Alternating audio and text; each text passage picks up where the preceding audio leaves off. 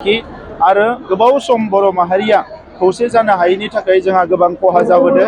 दा नैबे समाव जायफ्रा हारिनि बाथ्रा सानो, हारि जौगाजानो लुबैयो, गोजोनखौ लुबैयो, खौसेथिखौ लुबैयो, बे गासैबो दैदेनगिरिफोरखौ आङो UPPL हान्जायाव फैनो थाखाय खावलायगोन। दिनै चन्दन ब्रह्म बिथांनि UPPL हान्जायाव हाबफैनाया जोंनि माहारिनि खौसेथिखौ आरोबाव गोख्रों खालामनायजों लोगोसे UPPL हान्जाखौ माहारि सिबिनाय हाबाफारियाव आरोबाव जोङो गोख्रोंसिनै खामानि मावनो थाखाय थुलुंगा होगोन। आङो चन्दन ब्रह्म बिथांखौ बरायो। बिथाङा रोजा रोजा बिथांनि समर्थकफोरखौ लानानै दिनै जोंनि दोलोआव फैदों। फैबाय थानाय समाव माहारि जौगानाय, ओनसोल जौगानायनि थाखाय जों खौसेयै खामानि मावगोन। आरोबाव आङो गुबुन गुबुन दोलोआव थानाय, गुबुन गुबुन हान्जायाव थानाय, ओरैनो थानाय जाय दैदेनगिरिफोर, जायफोर हारिनि मोजां लुबैयो, बिथांमोनखौबो UPPL दोलोआव फैनानै जयेन जानो आं खावलायो।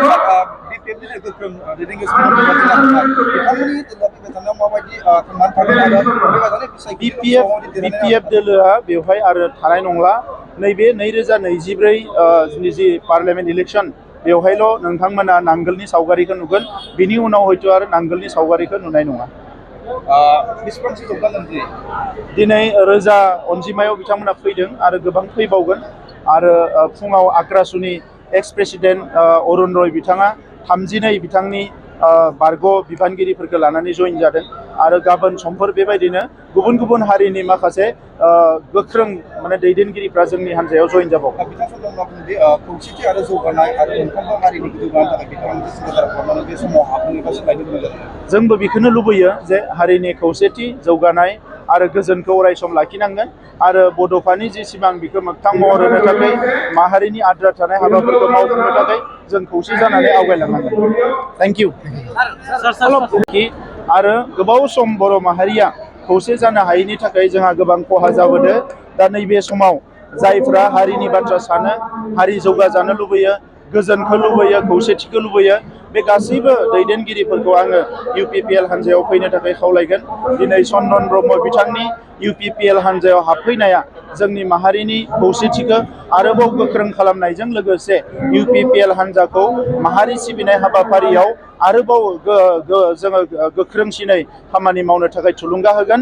आङो चन्दन ब्रह्म बिथांखौ बरायो। बिथाङा रोजा रोजा बिथांनि समर्थकफोरखौ लानानै दिनै जोंनि दोलोआव फैदों।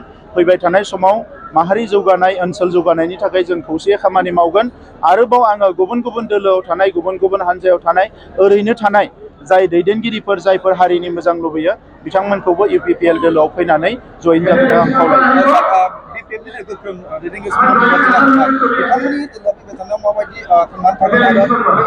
BPF दोलोआ बेवहाय आरो थानाय नंला। नैबे 2024 जि पार्लियामेन्ट इलेक्सन, बेवहायल' नोंथांमोना नांगोलनि सावगारिखौ नुगोन। बिनि उनाव हयथ' आरो नांगोलनि सावगारिखौ नुनाय नङा। दिनै रोजा अनजिमायाव बिथांमोना फैदों आरो गोबां फैबावगोन।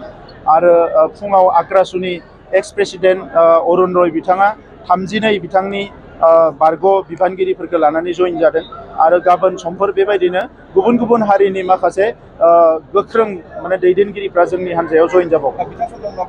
खौसेथि आरो जौगानाय आरो मोनफ्रोमबो हारिनि जौगानो थाखाय बिथाङा मोनसे सिन्था खालामनानै बे समाव हाबफैयोबा सोलायनो गोनां जादों। जोंबो बेखौनो लुबैयो जे हारिनि खौसेथि, जौगानाय आरो गोजोनखौ अरायसम लाखिनांगोन। आरो बड'फानि जि सिमां, बेखौ मोगथां महर होनो थाखाय, माहारिनि आद्रा थानाय हाबाफोरखौ मावफुंनो थाखाय जों खौसे जानानै आवगायलांनांगोन। Thank you.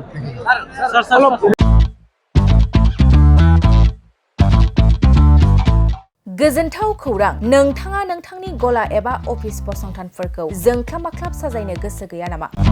नोंथांनि गलाफोरखौ बायदि बायदि रोखोमनि जोंख्लाब माख्लाब खालामनानै साजायनो थाखाय क'क्राझार नोगोरनि सिङाव थानाय गौरां भेलि हटेल साखाथियाव चाणक्य आर्ट एन्ड डिजाइन गलाया लानानै फैदों बायदि बायदि रोखोमनि आर्ट डिजाइन।